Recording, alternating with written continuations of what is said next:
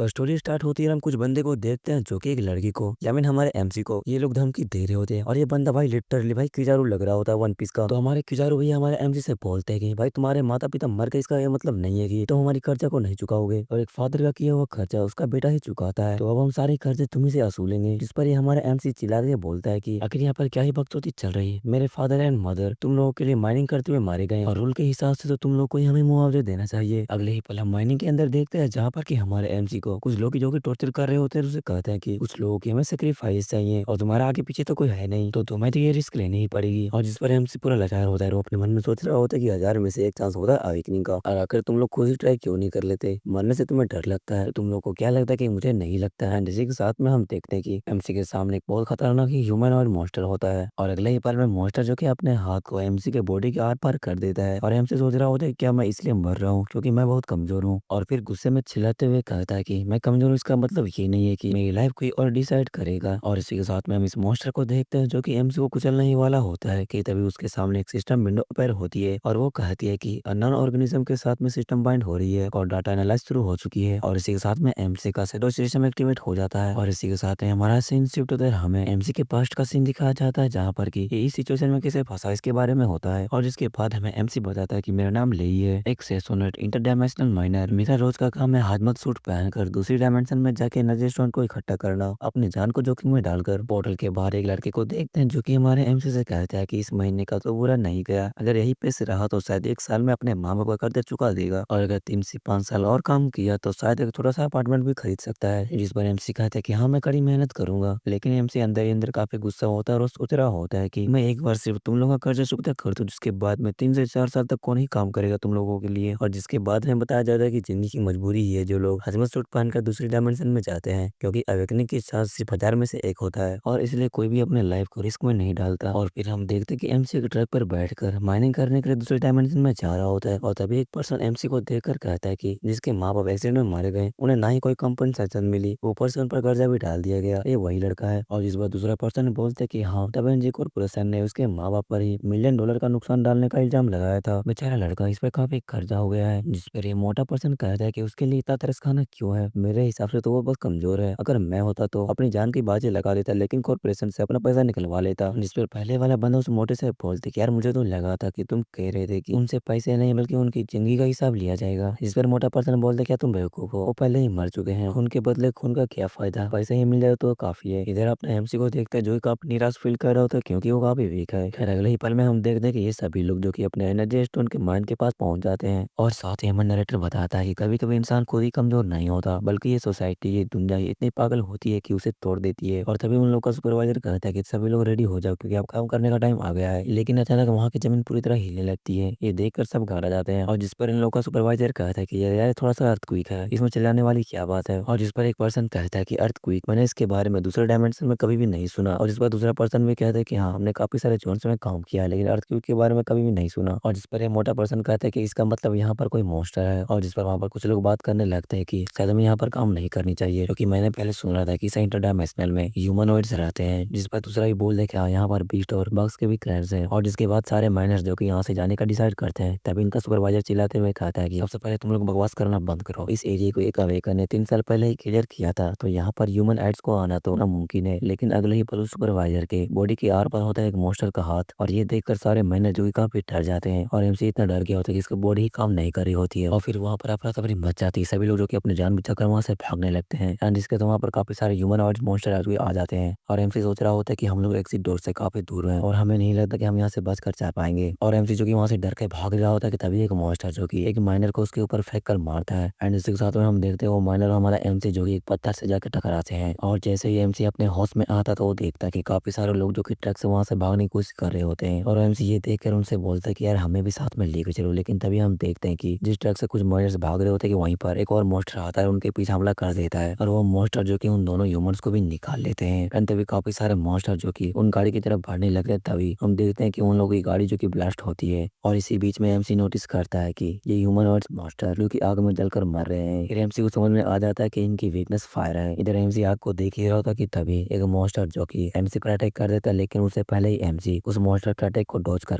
जलती हुई लकड़ी को उठा लेता है और फिर अपने आप को उनसे डिफेंस करने लगता है। और एमसी के पास में फायर होने के कारण वो मॉन्स्टर मॉन्स्टर जो कि एमसी पर अटैक नहीं कर रहे होते हैं। और ये जानने के बाद में एमसी जो कि अपने सारे साथियों को कहता है कि अगर तुम लोग को जिंदा रहना तो अपने पास में फायर ले लो, क्योंकि ये लोग फायर से डर रहे हैं। एंड इसी के साथ में चैप्टर 2 स्टार्ट होती है। चैप्टर 2 के स्टार्टिंग में हमें बताया जाता है कि 10 साल पहले मिस्टीरियस तरीके से इस वर्ल्ड में जो कि गेट्स ओपन होने लगे और इंसेक्टोइड्स, बीस्ट और ह्यूमनइड्स दूसरी डायमेंशन से अर्थ पर तबाही मचाने के लिए आ गए। और सिर्फ अवेकन एडवांस बीइंग जो रेडिएशन के इफेक्ट से इमोटेड हो चुके थे, और वही लोग उन मॉन्स्टर से सामना करने की ताकत रखते थे। एडवांस बीइंग के आने से इंसानों के पास में गेट्स बंद करने की पावर आई, और साथ ही एक नया दौर शुरू हुआ जहां हमने दूसरी दुनिया की एनर्जी सोर्स को एक्सप्लोर और डेवलप करना शुरू किया। जिसके बाद एमसी बताता है कि लेकिन अफसोस हम एडवांस बीइंग नहीं है, हम सिर्फ एक आम इंसान है और इस दुनिया में सिर्फ जिंदा रहना चाहते हैं। एंड इसी के साथ में हम देखते हैं कि काफी सारे ह्यूमनॉइड मॉन्स्टर्स जो कि एमसी की टीम को घेर रखी होती है, और इन सारे लोगों ने जो कि अपने पास में एक जलती हुई लकड़ी हाथ में ले रखे होते हैं। तभी हम बुड्ढे को देखते हैं जो कि कहता है अगर सिचुएशन इसी तरह से रही तो ये लकड़ी भी ज्यादा देर तक नहीं चलने वाली। जिस पर एमसी कहता है कि हम बचने के लिए इन वॉइस का उपयोग कर सकते हैं। और जिसके बाद में ये सभी एक फॉर्मेशन बनाकर पीछे हटने लगते हैं, जहाँ पर का स्टोरेज रूम होता है, जहाँ पर की काफी सारे वॉइस के ड्रम्स रखे होते हैं। एंड इसी के साथ में ये लोग जो कि वॉइस के ड्रम्स को निकालते हैं और उन ह्यूमन और मॉन्स्टर के तरफ सारे वॉइल्स को जो कि फेंक देते हैं। और जिसके बाद में पूरी टीम जो कि फायर को उस वॉइल में फेंक देती है, जिसके कारण वहाँ पर आग लगती है और मॉन्स्टर जो कि वहीं पर जल के मरने लगते हैं। और ये देखकर ये बूढ़ा पर्सन जो कि हमारे एमसी को थैंक यू कहता है, और जिसके बाद में एक एक करके सारे लोग जो कि एमसी को थैंक यू कहने लगते हैं। और जिसके बाद में एमसी की नजर एक स्टैचू पे पड़ती है और वो उसके बारे में पूछता है, जिस पर ये पर्सन बोलता है कि हमें ये बहुत पहले ही मिला था और लगता है कि ये चीज सुपरवाइजर वांग के ब्लैक मार्केट में बेचने के लिए यहाँ पर छुपाई गई थी। जिस पर एमसी बोलता है कि ऐसा लगता है कि ये सब कुछ वर्षों से चला आ रहा है। और जिसके बाद में हम कुछ लोगों को देखते हैं जो कि बाहर कम्युनिकेट करते हैं कि सेक्टर 7 में यहाँ पर ह्यूमन और जो कि अटैक कर दिए हैं। रोकी टोकी से आवाज आती है कि मदद के लिए लोग जो कि 1 घंटे बाद ही भेजे जा सकते हैं। और ये सुनकर सारे लोग जो कि घबरा जाते हैं कि आखिर ये कैसे हो सकता है, हमारे सूट की पावर जो कि अभी 1 घंटे से कम ही बची है। और जिसके बाद में एमसी अपने सूट की पावर को देखता है जो कि 61 होता है। और तभी उन्हीं में से कुछ लोग बोलते हैं कि सभी लोग रुक जाओ, पहले मेरी बात सुनो। और इसके बाद हम इसी मोटे पर्सन को देखते हैं जो कि कहता है कि जब तक रेस्क्यू यूनिट आएगी तब तक हमारे सूट की पावर जो कि खत्म हो चुकी होगी। तो मुझे लगता है कि इस सिचुएशन को फेस करने के लिए किसी को बलिदान देना पड़ेगा। और ये लोग जो कि एमसी और उसके साथ में एक बूढ़े पर्सन को देखकर कहते हैं कि जैसे कि एक बूढ़ा पर्सन और एक अनाथ। और फिर एमसी उस बूढ़े पर्सन पर पॉइंट आउट करते हुए कहता है कि ना इस बुढ़े का कोई आगे है ना कोई पीछे है, और इस लड़के के ऊपर काफी कर्जा है। तो कैसा रहेगा कि तुम दोनों अपने सूट की बैटरी मुझे दे दो। लेकिन एमसी जो कि इस बात को सुनकर काफी गुस्सा हो जाता है, और ये देख कर कि ये लड़का अभी भी गुस्सा कर रहा है। वो लोग जो कि एमसी पर अटैक कर देते हैं और कहते हैं कि रजिस्ट करना बंद करो। और जिसके बाद में वो लोग जो कि एमसी के मास्क को उतारने लगते हैं और कहते हैं कि जब मैं तुम्हारा मदद करता हूँ, अगर तुम रेडिएशन के खिलाफ आए तो शायद तुम अवेकन भी हो जा सकते हो, नहीं तो तुम मर सकते हो। और दूसरा बोलते हैं कि हाँ जल्दी करो, तुम अपने सूट की पावर हमें दे दो, अगर तुम्हें सुपर पावर मिल गई तो तुम हमें बचा भी सकते हो। और जिस पर एमसी कहता है कि अगर मैं अवेकन हो गया मैं सबसे पहले तुम ही लोग को मारूंगा। और जिस पर ये मोटा पर्सन बोलता है कि अवेकन होने के लिए हजारों में से सिर्फ एक ही लकी इंसान होता है, तो तुम्हें क्या लगता है कि तुम इतने लकी हो। और जिसके बाद में वो लोग एमसी के सूट की बैटरी को निकाल लेते हैं, और जिसके बाद में वो लोग रेडी हो जाते हैं कुछ और लोगों को बैटरी छीनने के लिए। वो लोग कहते हैं कि आखिर यहाँ पर और कौन है जो कि अवेकन होना चाहता है। कि तभी हम एक बंदे को देखते हैं जो कि इन दोनों को धक्का देकर वो ट्रक की तरफ बढ़ने लगता है, और ये लोग जो कि उसे रोकने की कोशिश करते हैं, लेकिन तब तक काफी देर हो चुकी होती है, वो ट्रक के अंदर बैठ चुका होता है। और फिर ये बंदा वहां से निकलने की कोशिश करता है, लेकिन जैसे वो अपने ट्रक को आगे बढ़ाया था तो उस पर रखी स्टैचू जो कि नीचे गिर जाती है, और वो बिल्कुल एमसी के सामने गिरी होती है। और इधर हम एमसी को देखते हैं जिसकी सांसें फूल रही होती है क्योंकि उसके अंदर रेडिएशन जारी होती है। और एमसी जैसे सामने देखता है तो कहता है कि ऐसा लग रहा है कि तुम भी मेरे वीकनेस का मजाक उड़ा रहे हो। और इसी के साथ में हम देखते हैं कि वो स्टैचू जो कि एमसी को देखकर मुस्कुरा रहा होता है,